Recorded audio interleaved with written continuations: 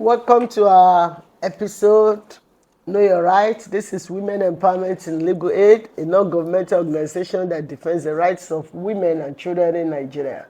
This morning we'll be discussing the offense of rape.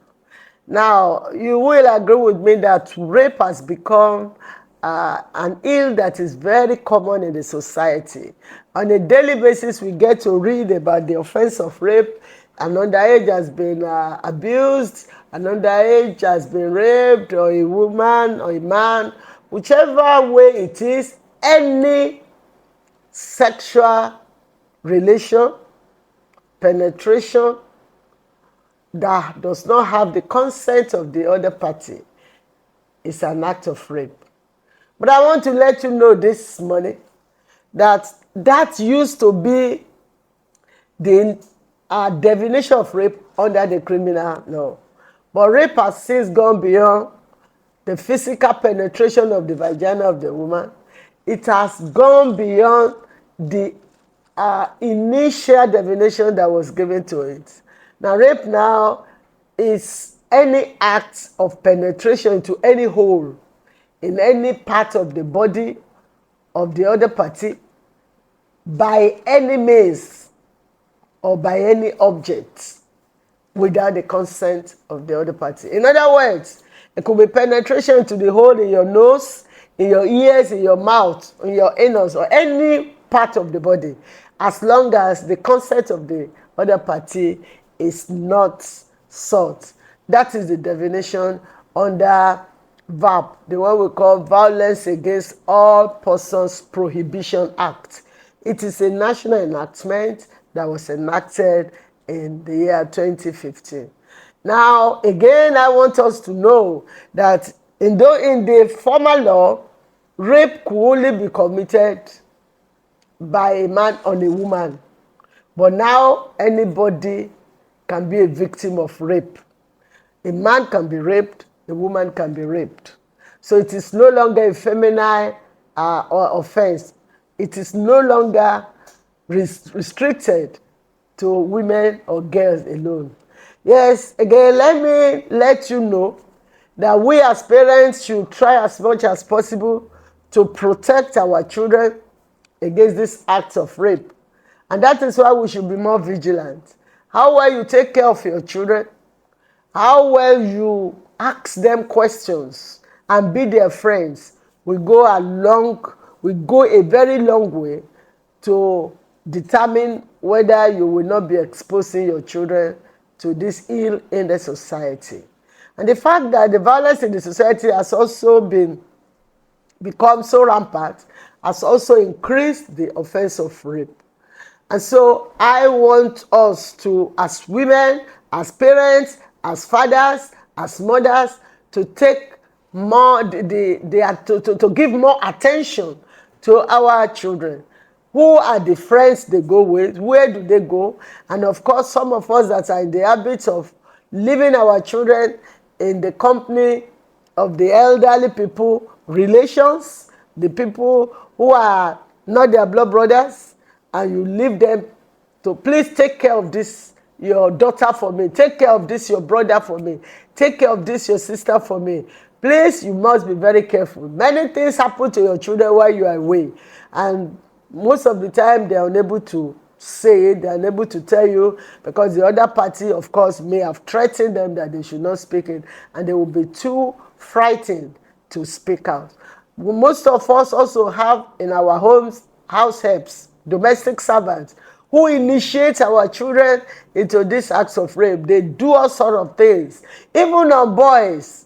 Yes, not just the girl child. The girl child, of course, is prone to it, but the boy also is also prone to be raped, because the house help in your home, the domestic servant in your home, may also rape your boy.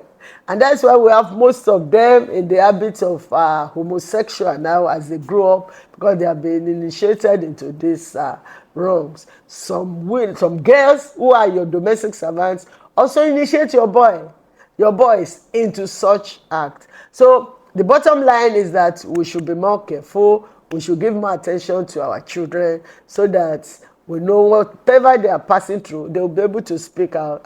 Be their friends. Let them be free to talk to you, to ask you questions. Check them very regularly. If there's any difference in their in their physique or any change in their disposition, then you will know that something may be going wrong. Again, I want to discuss the offense of rape now and prosecution of offenders. Unfortunately, in Nigeria, this offense of rape has continued to increase. And why is because we do not get to prosecute these offenders successfully. Oh yes, many things are responsible for this. Number one, people don't get to speak out. When unfortunately they become victims of rape, they are afraid to speak out because of the stigma they believe the society attaches to it. Oh yes, you have been raped, nobody will marry you, and so don't speak out, and so they keep quiet. Some of the time when they speak out and we begin the prosecution, the family will come to say, lawyer, we are no longer interested because we don't want too many people to know what has happened to our daughter, because she may not be able to get a husband in the future. So those are the things that usually deprive people or hold them back from speaking out. Again, when we take this matter to court, before we get to court, to the police station. Now, it is usually difficult to get conviction if you don't have the primary evidence.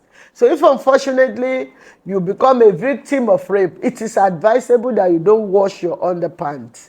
When the underpants is washed, there is no clinical evidence to link the offender. That is why we always advise anybody that becomes a victim of rape not to wash the underpants. Go straight to the hospital, take the specimen from your underpants, and this will be analyzed and will be the primary clinical evidence that will be used to link the offender in prosecuting him. And of course, there is a place, Mirabel Center at Lasuth in Ikeja. They do this and they do this free. They're not going to take money from you. Thereafter, they can also test you further to see whether you may have contracted venereal disease, and they treat you. Then from there, you can go to the police station, report the case, and get the offender arrested. You can approach any non-governmental organization, human rights organization. They will take up your case for you free of charge. Yes, this is one of the things that the society must attack. And so we are always campaigning against the act of rape. The more we get offenders prosecuted, the less offense we will have in our society. We have discovered that when we don't get them prosecuted, they are not deterred. The potential offender is not deterred from committing further offense. And so we want to beseech people out there, please make sure you speak out. If unfortunately you find yourself in that position, please speak out. Yes, let us prosecute the offender so that there will be a deterrence to any potential offender in future. Again, we discovered that when we get to the police station, another problem that we always have here is that the police, in taking the evidence of the victim, usually get inconsistent evidence. Our police, being what they are, they take evidence many times, and so the offender, the victim is likely to miss 1 or 2 points out. And so in giving your evidence, I also want to advise, if unfortunately you become a victim, you must be consistent in your evidence. As soon as the court discovers any inconsistency in your evidence, then prosecution becomes difficult. Again, there used to be a rule of rule of practice that the evidence of the victim must be corroborated by another person, but that has since been struck down from our law. And the reason is, it is usually not easy to get somebody to come to court to corroborate the offense of rape, because it is an offense usually done in secrecy. It's not like a dinner party that you invite people to come and witness. And so we have been able to successfully struck down that out of the rules of practice. So now corroboration is no longer required, but the victim must be able to get the clinical evidence that will be able to link the offender onto the offense. And that is why the underpart is very important. Again, the evidence of the victim must be consistent such that it will not, and there is no way anybody can resist linking it to the victim, to the offender. So these are the things that we must be careful, and we also must take note. And on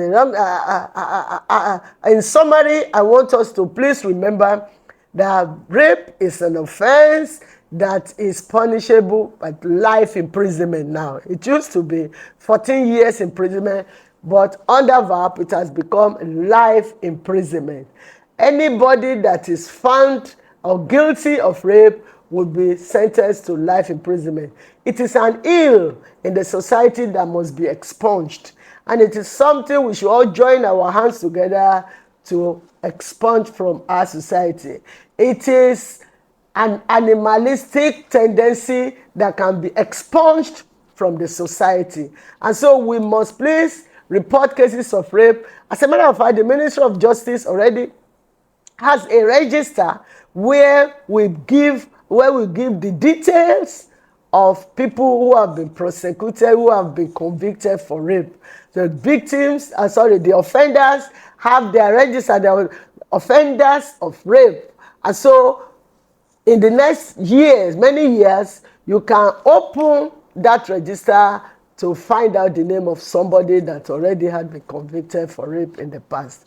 This again is a way of deterring people from committing any further offense.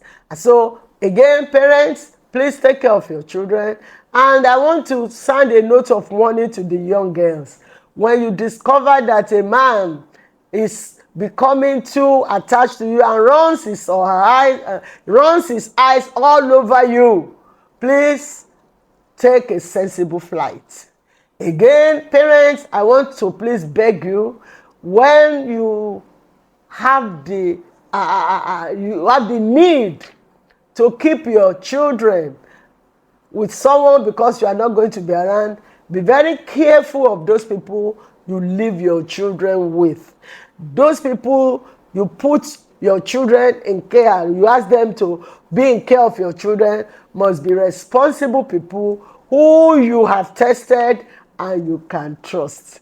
Again, I want us to remember that when our daughters speak or our son tells us anything about rape, we must not hide it.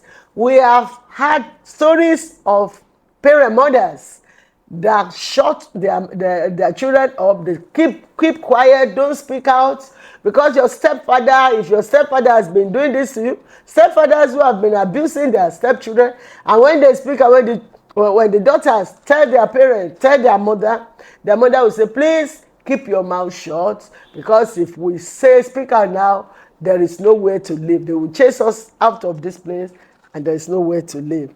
Again, one of the reasons why people keep quiet is economic dependence.